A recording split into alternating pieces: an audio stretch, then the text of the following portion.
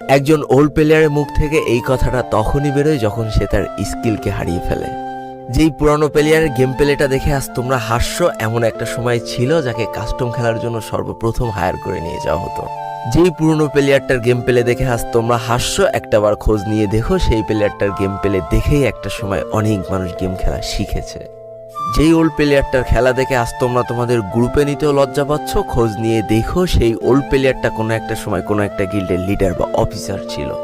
যেই ওল্ড প্লেয়ারটা আজ তোমাদের রিভাইভ দিতে যেতে ভয় পাচ্ছে, মনে রেখো একটা সময় ছিল যখন এই প্লেয়ারটাই পুরো মাঠ একা ফাঁকা করে বুয়া নিয়ে আসতো। যেই নতুন প্লেয়ারগুলো শুধুমাত্র ডাইনামিক ডুয়োর সাথে গেম খেলার জন্য সারা রাত জাগো, তোমরা মনে রেখো যারা ওল্ড প্লেয়ার ছিল তারা সারা রাত খালি ট্রেনিং পিটাতো নিজেদের স্কিল ভালো করার জন্য।